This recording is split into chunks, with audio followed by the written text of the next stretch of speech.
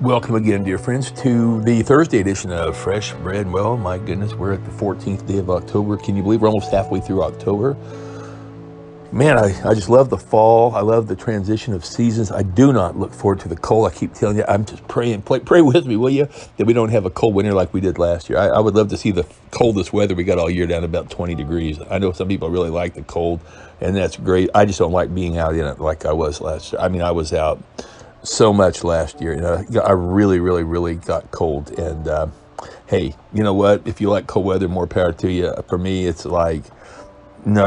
I told somebody about 2 or 3 years ago, it was really cold one spring. It seemed like the spring never ended. I mean, the winter never ended. We never got a spring. It just went from winter into summer about 3 years ago, I think it was. And I remember I said to myself that cold spring, I believe it might have been 2018, I think. I'd be outside watching my son play soccer in Kansas City area maybe, and it would just be wind blowing and cold. You'd feel like it was like 20 below zero, and it was in the middle of March and even in April. And I said, you know what, I will never, ever again complain when it gets hot. And so far I have not.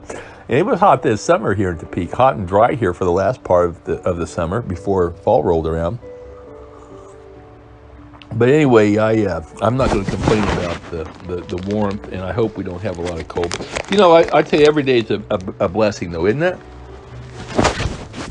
And people that complain about little things, and, you know, God gave us a lot to be thankful for, to the point that every day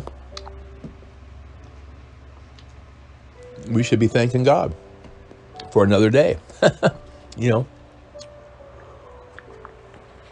sounds small, sounds trivial. A lot of days I wake up and I get literally right into my day. Within 30 seconds, I am into something. And that's not the way I like to ease into my day. I probably should start waking up at 3 o'clock and just having an hour to meditate. Maybe I'll start doing that. If I do, I'll let you know how it goes. Of course, if I did that, I have to go to bed about 6 every night, 6:30.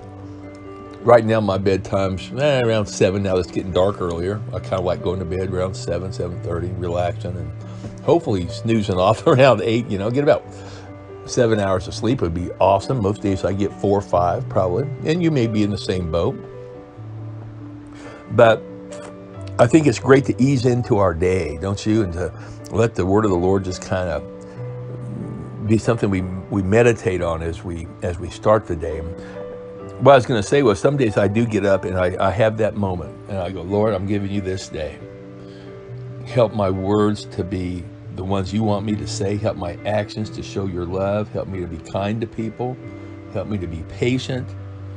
Help me to hold my tongue when I'd like to say something in response to what somebody else said. Lord, just take over my life today in such a way that people will see you when they see me. You know what? If that was my prayer every day and I really lived it, it would be an awesome thing, wouldn't it? We are constantly being looked at and watched by people. There is no doubt about that.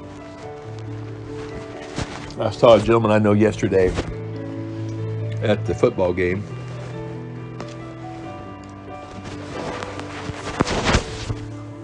And he mentioned that he knew I was serving as a pastor of the churches here in Oakland and North Topeka. And conversation was a short one, but I said, you know, it's really interesting. I think because I've had this thought lately that I've really got to be careful how I respond to situations. The old me still wants to rise up sometimes and to speak my mind or to get some type of retribution. I wouldn't really say revenge, but to just say what's on my mind, you know? And God showed me that it's just not worth it. And only that, it's going to cause more harm than good in the long run. It doesn't do much to undo our witness, friends. We could have a slip up, and God forbid that would detract from the holy name of Jesus. So let's be careful how we live our lives, and let's live it in freedom, but let's also live it responsibly so we're showing people Jesus when they see us. Well, I hope to see you back tomorrow for more fresh bread. Until then, God bless you.